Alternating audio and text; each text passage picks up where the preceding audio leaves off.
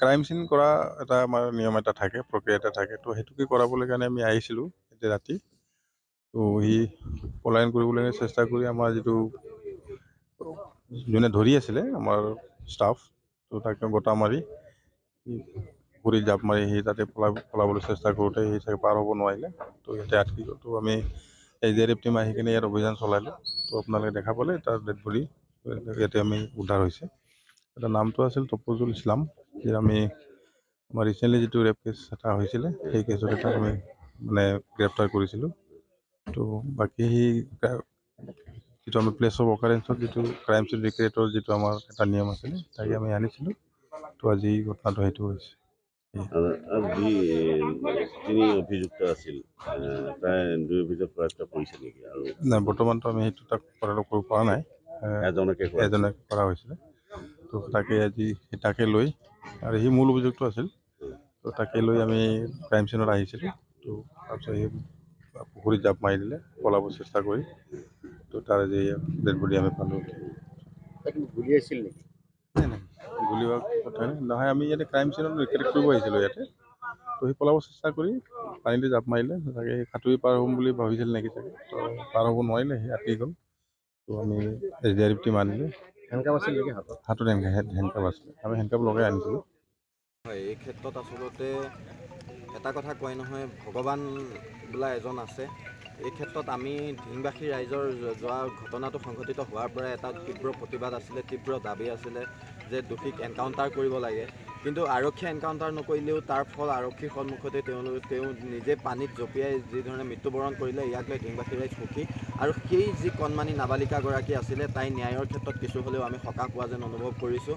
কাৰণ এটা দীঘলীয়া প্ৰচেষ্টাত চৰকাৰী ধনৰ ভাত খুৱাই থকাতকৈ এই যিটো আজি সংঘটিত হ'ল ঘটনা, যে পুৱাই এটা ভাল খবৰ ধিংবাসীৰ বাবে, কিছু আশাৰ ৰেঙনি আহিছে ধিংবাসীৰ মাজত। আৰু এই অপৰাধীৰ ক্ষেত্ৰত যাতে কোনো ধৰণৰ কম্প্ৰমাইজ নহয়, বাকী থকা দুগৰাকীৰ ক্ষেত্ৰতো যাতে আৰক্ষীয়ে নহ'লে ভগৱানেও এনেকুৱা এটা দৃষ্টিৰেই নিক্ষেপ কৰে, তাকে আমি কামনা কৰিছোঁ।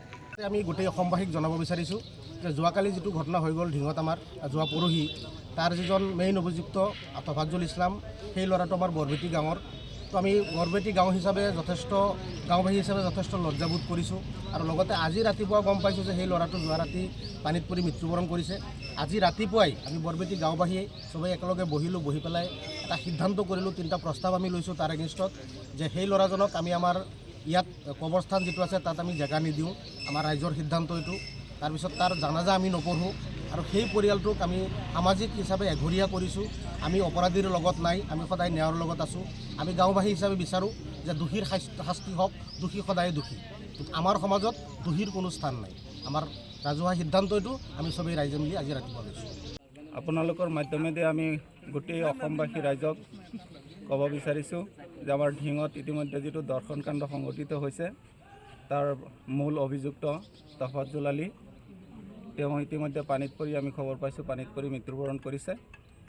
আমি নিশ্চয় আমাৰ এটা মানে দুখ লগা কথা যে আমি আজি এই গাঁৱৰ এই তফাজ্জুল আলী বৰবেটিৰ ল'ৰা, সি এনেকুৱা এটা দুখ কৰিছে যিটো আমাৰ বৰবেটি গাঁৱৰ ৰাইজে তাৰ লগত আমি সহযোগ কৰা নাই, আৰু আমি ধিক্কাৰ দিছোঁ এই কাণ্ডৰ কাৰণে।